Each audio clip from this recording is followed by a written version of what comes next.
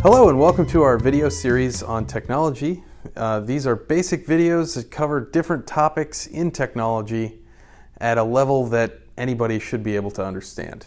Today we're going to cover the basics of networking, which is simply defined as a group of machines that can talk to each other over a connection of some sort. So let's dive right in. We're going to again focus on a smaller basic network. So this would be more in tune with a small office or something you're familiar with at home. So the first thing that everybody recognizes with the network is the internet. So the internet is where most people want to get to when they are talking about networking. If we look at the first connection into the office, the home, that's going to generally be the modem. The modem, its job is to convert the signal so that it can be sent out over to the rest of the internet. It converts incoming and outgoing signals so that they can be transited more easily. The next thing most people will recognize immediately, if we just jump straight to it, would be a wireless router of some sort. So we'll just call that Wi-Fi. And the Wi-Fi signal should be familiar to everybody. It's that little set of lines that get increasingly larger that I am somehow completely inept at drawing. But that's where most people recognize it. And usually these two devices are combined into one.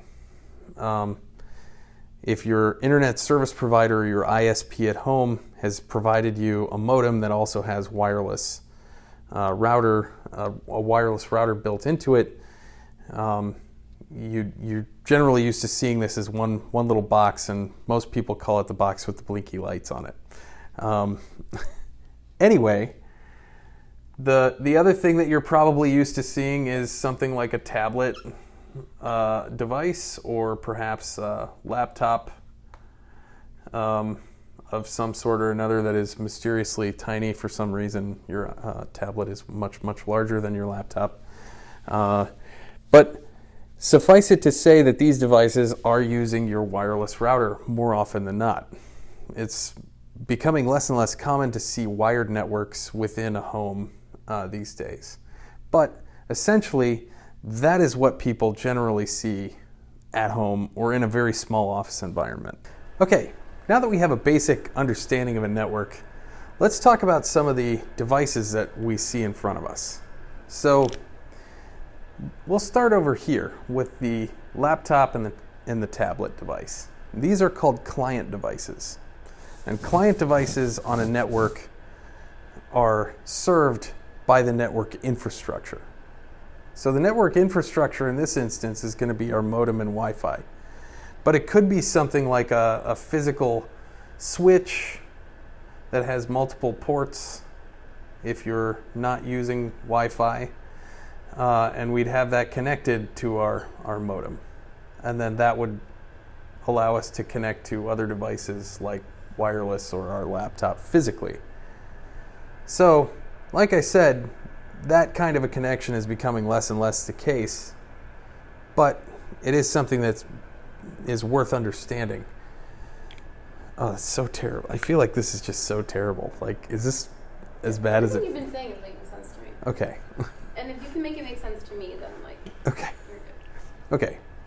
So just knowing that that's a possibility, using physical cables, it is out there. But we'll stick with the Wi-Fi and the modem together. So when we talk about networking, there are some misconceptions about it, about how it works. So with this configuration, you're generally thinking of it as everything's hiding behind this device, this modem device here. And it creates kind of like a line, if you will. And on this side of the line, we have our private network.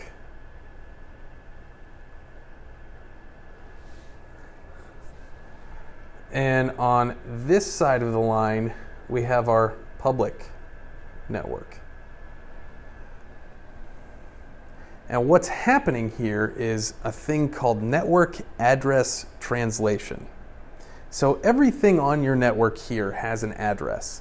And it's not too dissimilar from the address that you have at your house. And that address tells the Wi-Fi router who's going to be getting what. And these devices will listen for their address. Now, there are two types of addresses. We won't get too far into those. The primary one is called IP version 4, or commonly referred to as Ipv4, or just IP4. Now, Ipv4 is an address that is comprised of what are known as octets. And we'll talk about that real quick. So it's called an octet because it has 8 bits. That doesn't really mean anything. It's just, if you want to go further with this, you'll be using that as foundational knowledge. So the Ipv4 address has 4 octets. So those are broken up by periods. So the first part of the octet can have 3 numbers. So can the second, and the third, and the fourth. So you could have potentially 3 different numbers in each one of those. Now, we won't get into the rules around how this works, but just understand that they can be 3 numbers, and they can be anywhere from effectively 0 to 255. Okay? So this would be a valid IP address right here.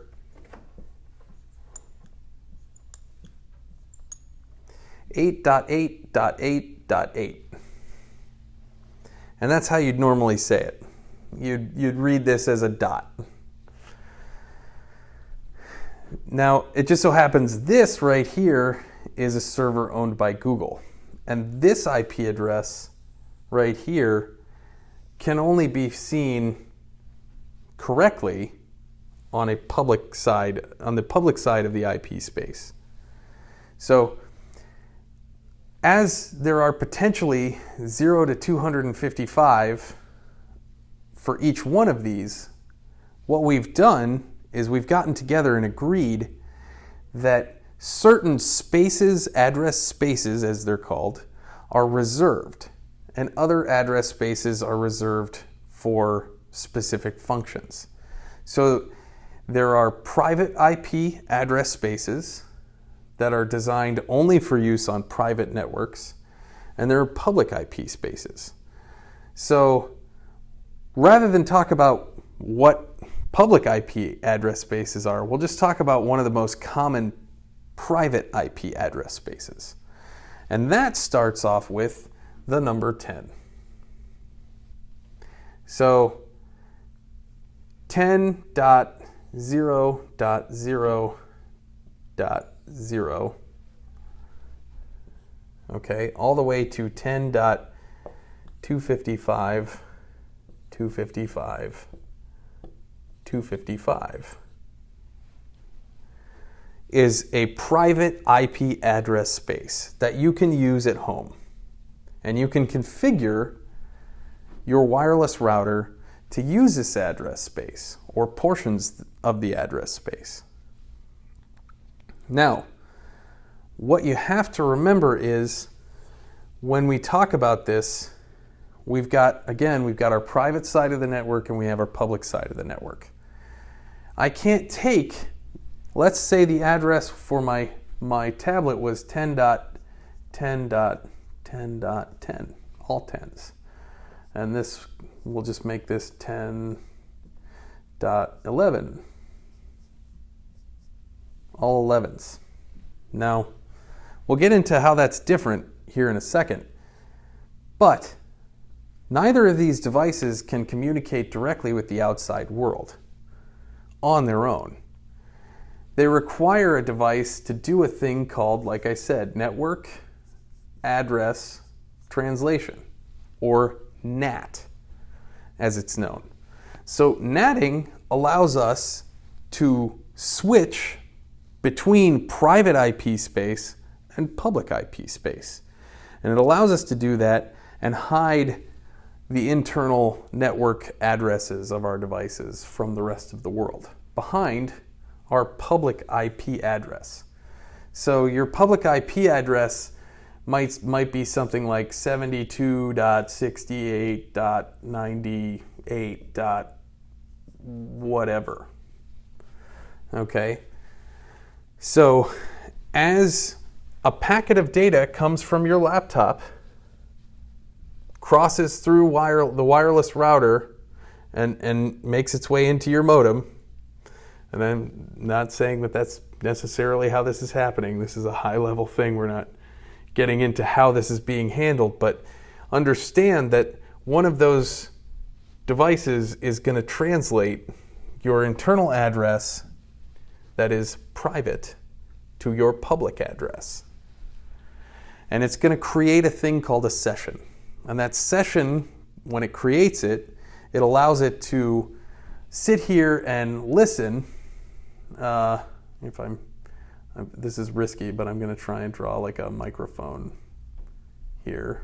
And it's going to listen for the return for that session here so that it can translate incoming packets and direct them to the correct device on your network. Okay? So now that you have an understanding of network address translation, one of the next things that we can talk about is a little bit of security. So as it's doing that translation, it's keeping track of sessions that are active. As things go out of your network and things come back in, your device here is listening for established sessions, which means it can then do something called packet inspection or stateful packet inspection. And the stateful packet inspection, this modem and this Wi-Fi router here usually include a basic firewall. And a firewall is literally just a thing that segments your network, and it does a little bit of inspection on the incoming and outgoing packets of data to determine what's permitted and what's not. So when we look at this, if we have established sessions because of NATing, or along with NATing, I should say, as those sessions are created, it allows us to determine when a hacker in China is trying to just get into our network. And if our network doesn't have a session for that incoming packet of information, then it's going to drop that packet. And this can all be configured. We'll probably end up covering this in another video at a later date, more in more detail. But for right now, just understand that your device is listening for established sessions. And if you don't have an established session and you're trying to come into your network, you're not going to get in.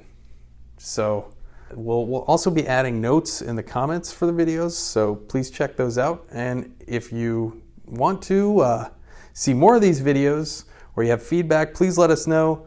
Also like and subscribe. I don't know where the thing's at, but it's probably down here somewhere. And thank you for watching.